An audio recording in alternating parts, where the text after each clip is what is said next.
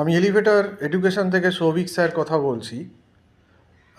তোমরা সবাই জানো যে ম্যাকআউট ইউনিভার্সিটির ফার্স্ট সেমিস্টারের এক্সাম একদম দোরগোড়ায়।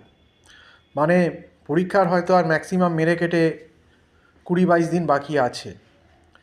তো আমি অনেক দিনই স্টুডেন্টদের বলেছিলাম, সতর্ক করেছিলাম যে এমবিএ ফার্স্ট সেমিস্টারে তোমাদের ইকোনমিক্স এবং স্ট্যাট এই দুটো পেপার বিশেষ করে সবথেকে বেশি সাপ্লি হয় স্টুডেন্টদের।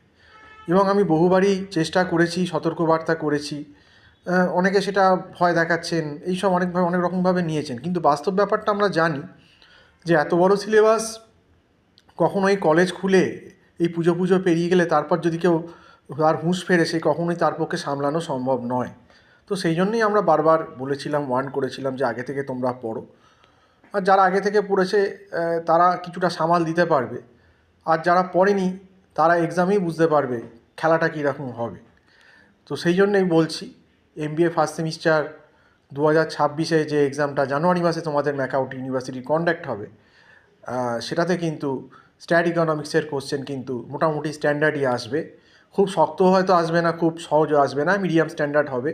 তো সেক্ষেত্রে যারা একটু পড়াশুনো করেছে তাদের অসুবিধে হওয়ার কথা নয়। কিন্তু যারা একদমই পড়ে না, ম্যাকআউটের এরকম বেশিরভাগ স্টুডেন্টই এরকমই, যে তারা পরীক্ষার 1 মাস আগে তাদের ঘুম ভাঙে। তো 1 মাস আগে ঘুম ভাঙলে তো কারোর কিছু করার নেই। তো সেক্ষেত্রে তাদের অনেকেই সাপ্লি খাবে। তো এই ব্যাপারে আমাদের কোনো সন্দেহ নেই। আর যারা মোটামুটি পড়াশুনো করেছে তাদের মার্কস মোটামুটি অ্যাভারেজ বা ভালো মার্কসই পাবে, এটাই আমার ধারণা।